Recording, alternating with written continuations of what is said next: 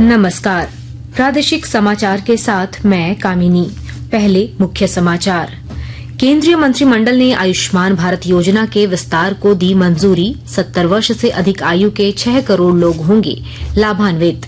भाजपा के प्रदेश प्रभारी लक्ष्मीकांत वाजपेयी रांची पहुंचे। बांग्लादेशी घुसपैठ के मामले पर राज्य सरकार को घेरा। विधानसभा चुनाव को लेकर पार्टी पदाधिकारियों के साथ करेंगे बैठक। केंद्रीय मंत्री अन्नपूर्णा देवी ने पोषण माह को सफल बनाने की अपील की। कुपोषण को मात देने के लिए जनजागरूकता और सामूहिक प्रयास पर दिया जोर। झारखंड हाईकोर्ट ने स्वास्थ्य मंत्री इरफान अंसारी के खिलाफ दुष्कर्म पीड़िता की पहचान उजागर करने के मामले में आरोप बरकरार रखा।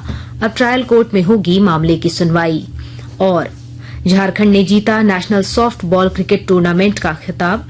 चतरा की रूपाली राज ने ताइक्वांडो की राष्ट्रीय प्रतियोगिता में जीता कांस्य पदक। और अब समाचार विस्तार से। केंद्रीय मंत्रिमंडल ने आयुष्मान भारत प्रधानमंत्री जन आरोग्य योजना के तहत 70 वर्ष से अधिक उम्र के सभी वरिष्ठ नागरिकों को स्वास्थ्य कवरेज देने को मंजूरी दे दी है।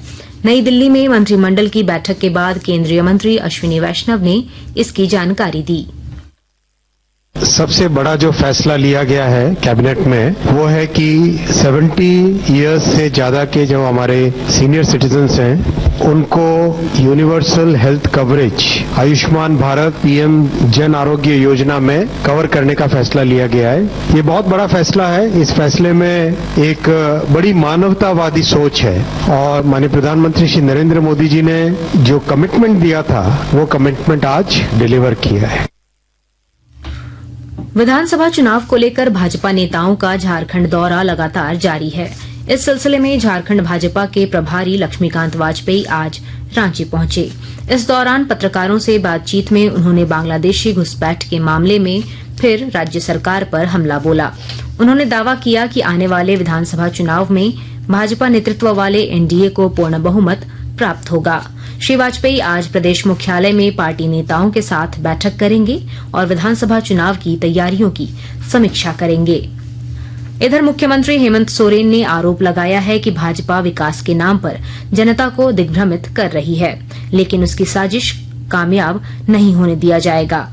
गोड्डा में एक कार्यक्रम को संबोधित करते हुए उन्होंने कहा कि आने वाले विधानसभा चुनाव में राज्य की जनता भाजपा को सबक सिखाएगी। एक तरफ पूंजीपति लोग, एक तरफ गरीब आदिवासी दलित पिछड़ा लोग। अब ये जंग हमेशा आदिवासी दलित पिछड़ा गरीब लड़ा है और जीत के दिखाया है। इसलिए अब ये लड़ाई को हमें हर हाल में अपने अंजाम तक पहुंचाने का काम करना होगा। भाकपा माले के केंद्रीय महासचिव दीपांकर भट्टाचार्य ने कहा है कि झारखंड विधानसभा चुनाव को लेकर गठबंधन के घटक दलों के बीच सीट शेयरिंग को लेकर मंथन जारी है। धनबाद के मैथन में आयोजित पार्टी केंद्रीय कमेटी की बैठक के बाद पत्रकारों से बातचीत में उन्होंने कहा कि भाजपा की साजिश विफल करने के लिए गठबंधन के सभी दलों को एकजुट रहने की जरूरत है। बीजेपी तो जेएमएम को तोड़ने की कोशिश में लगी हुई है, तो पूरे तोड़फोड़ की राजनीति चल रही है। तो तोड़फोड़ के खिलाफ एकता की बात जाए और सब लोग मिलकर के आपसी समझदारी के साथ। झारखंड समेत देश भर में पोषण माह को लेकर कई जन जागरूकता कार्यक्रम आयोजित किए जा रहे हैं। केंद्रीय महिला एवं बाल विकास मंत्री अन्नपूर्णा देवी ने कुपोषण को मात देने में सामूहिक प्रयास और जागरूकता पर जोर दिया है। महिला बाल विकास विभाग के माध्यम से ये हम सभी चाहते हैं कि लोगों को पहले जागरूक करें, किस तरह से हमारे बच्चों को पूरक पौष्टिक आहार मिल सके, बच्चों के साथ साथ उनके माताओं को भी दें, गर्भवती जो बहनें हैं उनको भी मिल सके और उसके साथ ही एडोलसेंट गर्ल्स को भी। जब बालिकाएं स्वस्थ होंगी तभी वो एक स्वस्थ बच्चों को जन्म दे सकती हैं। तो इसलिए हमने कहा लाइफ साइकिल अप्रोच के तहत हम काम करते हैं। आकाशवाणी के ताजा तरीन समाचारों के लिए आप हमारी वेबसाइट newsonair.gov.in पर लॉग ऑन कर सकते हैं।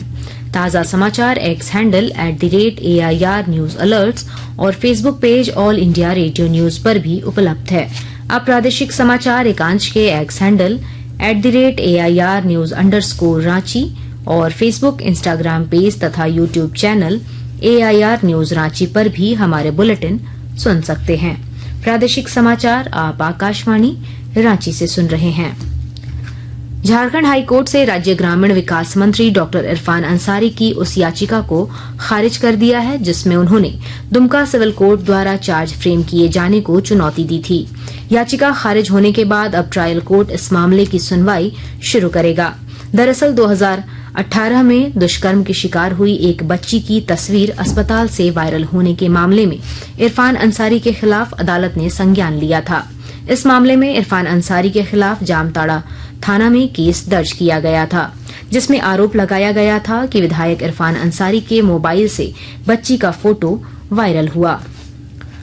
झारखंड प्रशासनिक संघ झासा ने अपनी मांगों के समर्थन में आंदोलन की घोषणा की है। इसके तहत वे आज काला बिल्ला लगाकर अपना विरोध जता रहे हैं।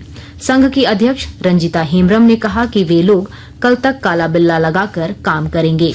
इसके बाद भी अगर सरकार ने उनकी मांगों पर विचार नहीं किया तो आंदोलन को लेकर आगे की रणनीति तय की जाएगी। उन्होंने सरकार पर राज्य प्रशासनिक पदाधिकारियों की उपेक्षा का आरोप लगाया। हम लोग पिछले कई वर्षों से हमारी सेवा को उच्चतर सेवा में बदलने के लिए सरकार से अनुरोध करते रहे हैं। हम लोगों ने कई बार अपना ज्ञापन सौंपा, कई चरण में सरकार के साथ वार्ता हुई है, किंतु हमें उसका कोई फायदा नहीं मिला। अभी तक वो मूर्त रूप नहीं हुआ। इसी बीच आपने दूसरी सेवा को हमसे उच्चतर स्थिति में लाया, तो हमें ये लग रहा है जैसे आप हमारी अपेक्षा जो हमारी है उसके अनुसार काम नहीं कर रहे और हमें उपेक्षित कर रहे हैं। झारखंड हाईकोर्ट ने सिंगल बेंच के उस आदेश को बरकरार रखा है जिसमें राज्य सरकार को नगर निकाय चुनाव शीघ्र कराने का निर्देश दिया गया है।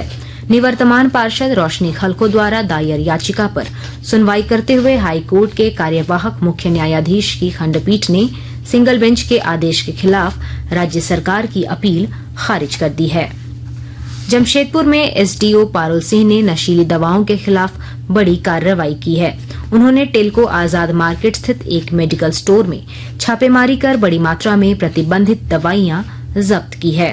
एसडीओ ने बताया कि दवा दुकानदार को हिरासत में ले लिया गया है। एसडीओ ने बालू के अवैध उठाव को रोकने के लिए बारीडीह बस्ती नदी घाट पर भी छापेमारी की। इस दौरान उन्होंने 8 ट्रकों को जब्त किया है। इस मामले में एक व्यक्ति को गिरफ्तार भी किया गया है। सरायकेला खरसावां जिले में जिला प्रशासन द्वारा जनता दरबार लगाकर लोगों की समस्याओं का समाधान किया जा रहा है और जानकारी दे रहे हैं हमारे संवाददाता। सरायकेला जिला प्रशासन जहां जनता दरबार के माध्यम से स्थानीय लोगों की समस्याओं का समाधान करने में लगी है, वहीं जिला पुलिस भी अब जन शिकायत समाधान कार्यक्रम के जरिए लोगों की समस्याओं को सूचीबद्ध करते हुए उनका समाधान करने में लगी है। पुलिस अधीक्षक मुकेश लोनायत ने बताया कि जिले में जन शिकायत समाधान कार्यक्रम की शुरुआत कर दी गई है। इस कार्यक्रम के जरिए लोग अपनी शिकायत पुलिस पदाधिकारी के समक्ष कर पाएंगे।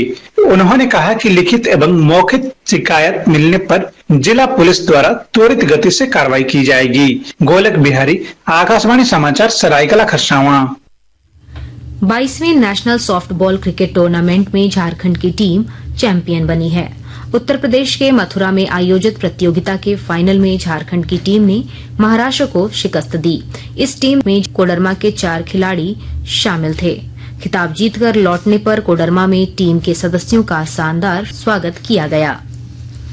इधर चतरा के मयूरहंड की ढोडी गांव की रूपाली राज वर्मा ने आगरा में आयोजित नेशनल ताइक्वांडो प्रतियोगिता में कांस्य पदक प्राप्त किया है। इससे पहले रूपाली ने राज्य स्तरीय ताइक्वांडो प्रतियोगिता में स्वर्ण पदक हासिल किया था। अंत में मुख्य समाचार एक बार फिर। केंद्रीय मंत्रिमंडल ने आयुष्मान भारत योजना के विस्तार को दी मंजूरी। 70 वर्ष से अधिक आयु के 6 करोड़ लोग होंगे लाभान्वित। भाजपा के प्रदेश प्रभारी लक्ष्मीकांत वाजपेयी रांची पहुंचे। बांग्लादेशी घुसपैठ के मामले पर राज्य सरकार को घेरा। विधानसभा चुनाव को लेकर पार्टी पदाधिकारियों के साथ करेंगे बैठक। केंद्रीय मंत्री अन्नपूर्णा देवी ने पोषण माह को सफल बनाने की अपील की। कुपोषण को मात देने के लिए जनजागरूकता और सामूहिक प्रयास पर दिया जोर।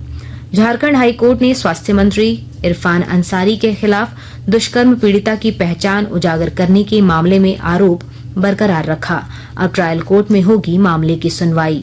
और झारखंड ने जीता नेशनल सॉफ्टबॉल क्रिकेट टूर्नामेंट का खिताब। चतरा की रूपाली राज ने ताइक्वांडो की राष्ट्रीय प्रतियोगिता में जीता कांस्य पदक।